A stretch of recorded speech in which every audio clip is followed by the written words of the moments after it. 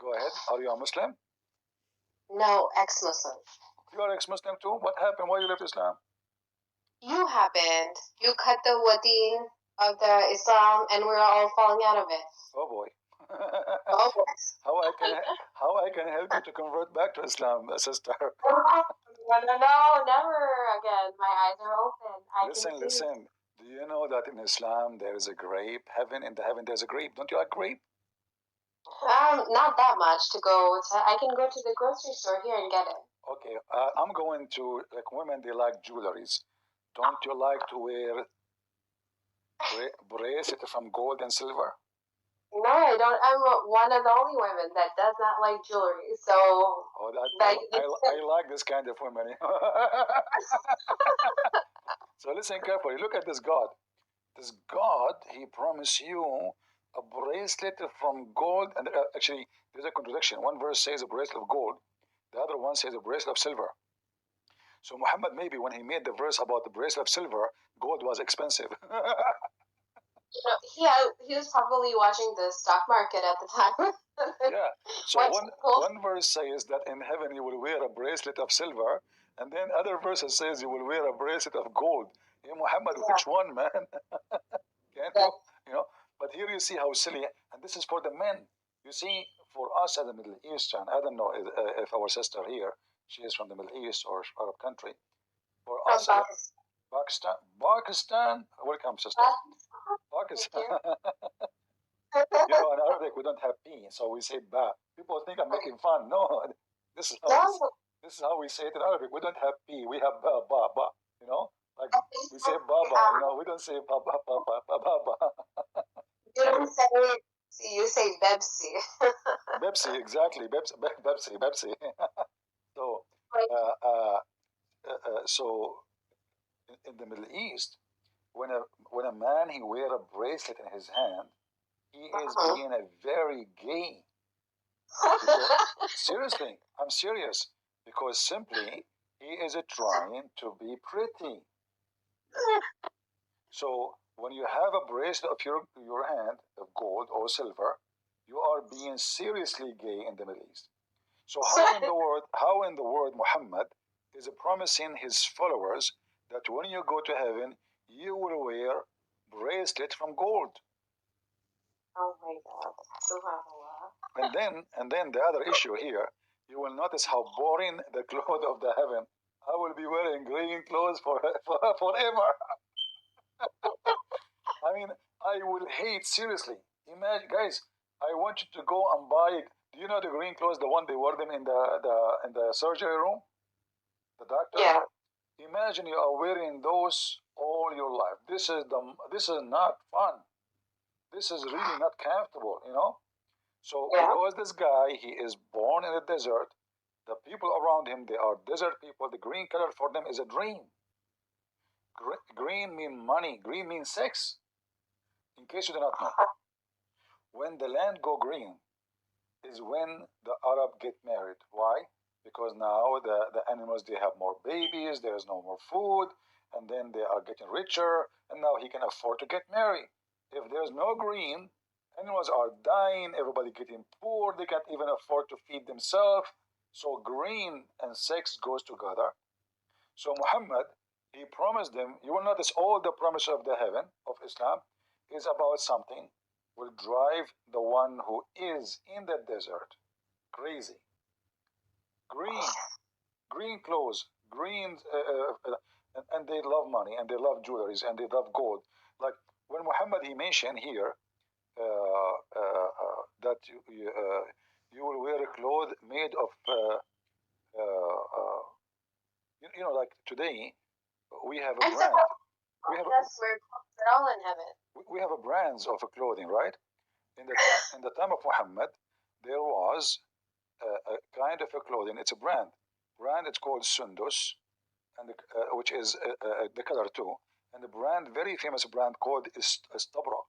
Istabrak is a kind of silk made in Iran by the Persian. At that time, they are not Muslims.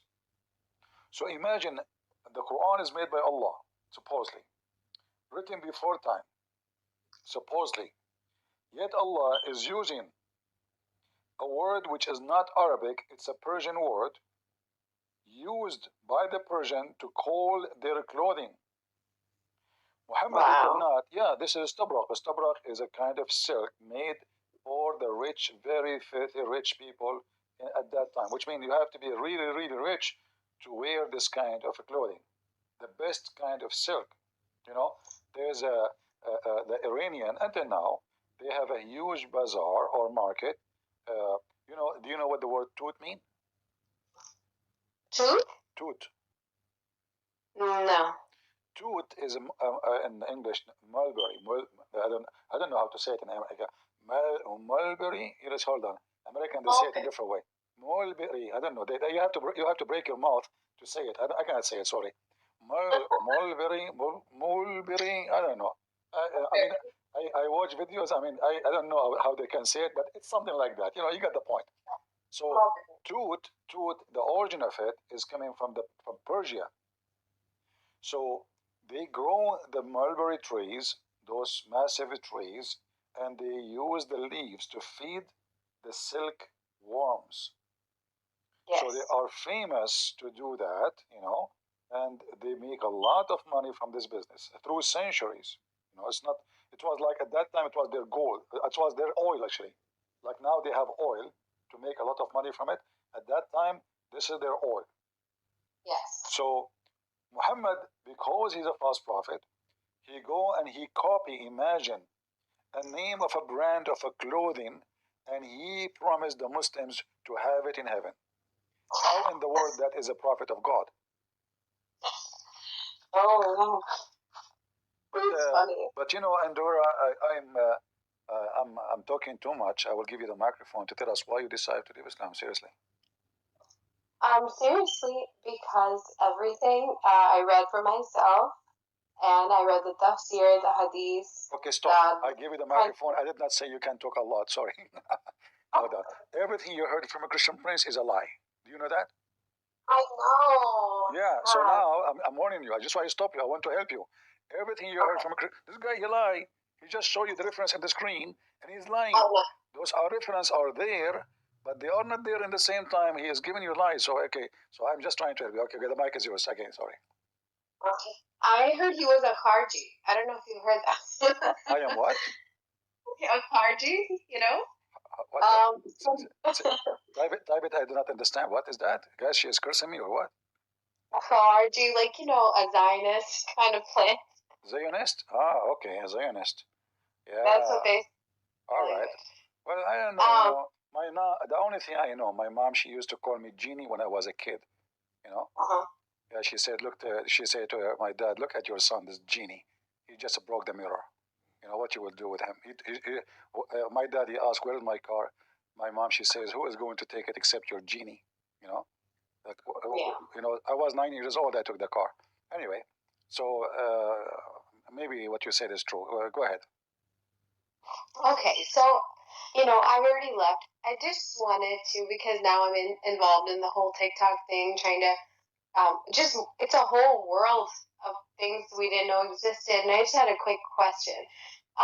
Can you explain, because obviously the Muslims can never explain their own books, can you explain why, if you're a widow, you have 4 months iddah, if you're a divorcee, 3 months, and as, Allah knows best, sister. Allah knows best. Because simply is so stupid anyway. Or if the woman she is clear from in her womb from the man before, she was married too. It doesn't matter if it is 3 months or 1 month or even 15 days. If you have your period, obviously you are not carrying a child. Right. But Muhammad is an idiot as usual, and he come with rules nobody knows how he can explain them. However, as I heard, that Muslim believe, as an example, if I go right now, which is not really does not solve the problem, but I will show you something in the screen. Do you know Arabic? No. Okay. I know what we're doing. Even better now, I can lie to you about what the page is saying. I know. I was warned about you. All right. So Muslims believe that a woman she can carry a child way long after the husband die. So what the point of those 3 months or 4 months is if your wife she can give birth to a baby even 7 years after or even unlimited numbers of years. So if we go here, let me show you. This is an Islamic website. I will put on the screen. Do you see my screen? Yes. All right. I will translate the page here. I will translate the whole page actually to English. So here the question is, how long a woman she can be pregnant or carrying a baby? I don't know why the page is not translating. Let us try again.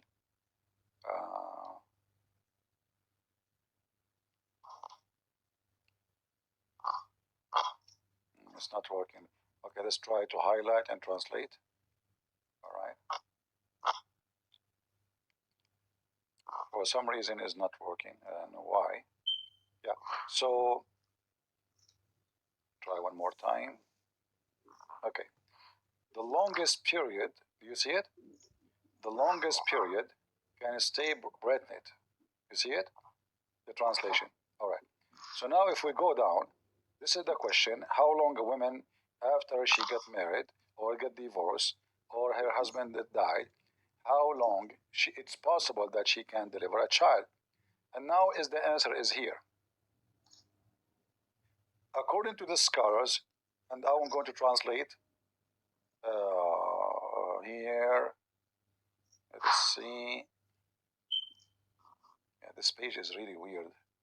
Okay.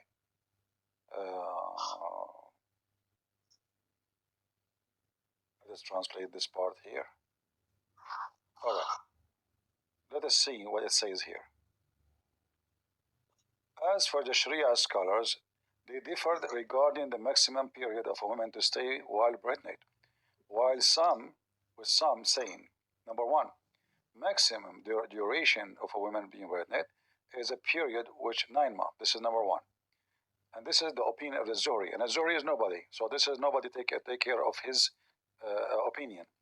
Then the maximum period of pregnancy is 1 year. So the second opinion is 2 years. And this is the opinion of Ibn Rushd and Abdul Hakam. And those are nobody still. Still, those are not the major Islamic sect. Then 2 years, and this is Hanafi. So this is Hanafi. This is a major Islamic sect. 2 years a woman she can be, which means now you are divorced 2 years after, or your husband passed away. 2 years after you can deliver a child, and then 3 years, and this is what Al-Layth ibn Sa'd said. Al-Layth ibn Sa'd is not a big deal, so we will pass this one. But then 4 years, and this is the doctrine of Ash-Shafi'i and Hanbali. Remember the Sunni, they have 4 sects. So now we cover Hanafi is 2 years. Then Shafi'i and Hanbali, they say 4 years, which means 4 years. Why? Because there is a story about Muhammad that he himself was born 4 years after his father's death.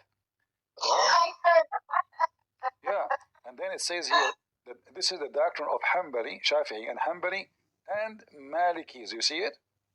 Yeah. So now all the Islamic sect, and then, but Imam Malik, he insists that could be 5 years. All right. Wow, like an elephant. And then Imam Malik, he says it is even possible 6 years. So as you see here, 6 years, which is narration of the authority of Az-Zuhri and Malik. And then the last opinion is 7 years. Actually, this is not the last opinion. This is number 7. 7 years. So a woman, she can deliver a child after 7 years of her husband's death. And then number 8, no limit. No limit, which means the wife, her husband died 20 years ago, she can deliver a baby 20, 25, 30 years after. So what the point of those 3 months? There's no point. Nobody knows. Allahu Alam. Like there is a woman in Sudan. She was captured by the police, or she is delivering a child, and her husband passed away, I think like 2 years or 3 years ago. So the lawyer, he was smart. He told the Sharia court, we forgot that it's possible that a Muslim woman, she can bear a child even 3, 4, 5 years after her husband pass away? How you can face Allah stoning this woman to death for adultery when it's possible that the son is from her, from him? So they have to let her go. Muhammad was always covering his own tail.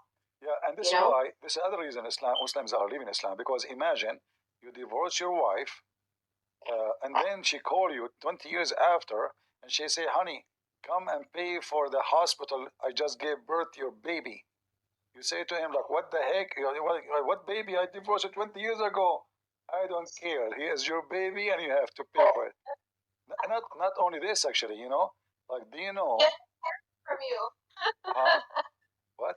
The child gets to inherit from the... Exactly. Not only that. Oh, exactly. Well, as long as you are mentioning the inheritance, look at this one. One of the stupid rules of Islam, that if you have, if not you, you are a female. So if I am, if I'm Muslim, I marry a woman, and this woman, she cheat. She saw the neighbor. She slept with him. She gave one first son, second son, three, and then I found that those sons are not mine. In Islam, those sons are going to inherit your money. Yeah. So Muhammad said, "Al-waladu lil-firash." The boy, the one who the boy belonged to, is the one who owned the bed. Doesn't matter who is the one who slept with the women. And this and this is another disaster, because, as I said, the man, he will be hating those kids. Those are the kids of his enemy who slept with his wife. And now they are going to inherit his name. And they will inherit his business and his money and his property. So now the guy next door, he slept with the wife. He enjoyed her. And then he will enjoy the money of the husband later, because his sons is going to inherit. Oh, man. Yeah, okay, well, even if you prove in the court that those, if you do DNA, it doesn't matter, because the Sharia law says so. So, walad lil firash, so whoever owned the bed, imagine, guys, you rent a bed to a prostitute.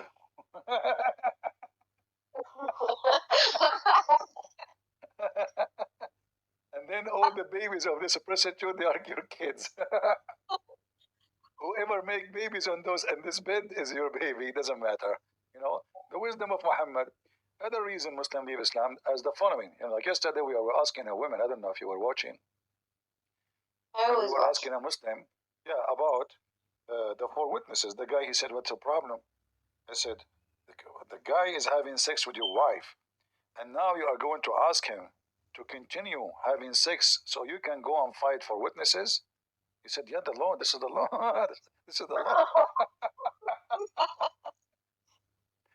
I don't know if he knows. There's already pages that show videos like Yeah. Hub and Tube.com. What a crazy religion. Imagine you go, and if you accuse your wife of fornication, even if you saw her, even if you have 2 witnesses, even if they have 4 witnesses, by the way, is not enough. Because, excuse my language, the 4 witnesses, huh? Why don't they get the whole neighborhood to come and No, it's not enough. It's not enough because, excuse my language, they have to see the private part of the man going in and out. Is not enough to see. Yeah, it's not enough to see them on the top of each other. No. There's a story, it's very famous, you can search on the internet, where there's a group of people, 4. They came to the caliphate, and they witnessed against a fornication. A woman, she was fornicating with a man. The caliphate, he asked the first one, did you see his thing going in and out? He said yes. He asked the second guy, if anybody have the link for it, please post it. He asked the second guy, did you see his thing going in and out? He said yes. He asked the third guy, did you see his thing getting in and out? He said yes. He asked the fourth, he said the following, what I saw, that her legs, her feet was around his neck, and they were shaking like the ear of a donkey. the caliphate, he said, so you did not see the thing going in? He said, no. So the caliphate, he command to wipe their bags at least 80 or 100 lashes. So imagine the madness of this garbage religion. 3, they saw it in and out. The 4th, he was honest. He said, I saw his. I mean, this is not enough of adultery. He saw her feet. He saw her feet around his neck, and they are shaking like the ear of a donkey when it's running. Even this is not enough to prove adultery, brother. It's not enough. Maybe they are doing sport. Maybe he's doing yoga for her. Okay. That was all I wanted answered. Thank you for taking my call. Christian friends. You're welcome. Welcome, sister. God bless you. Thank you.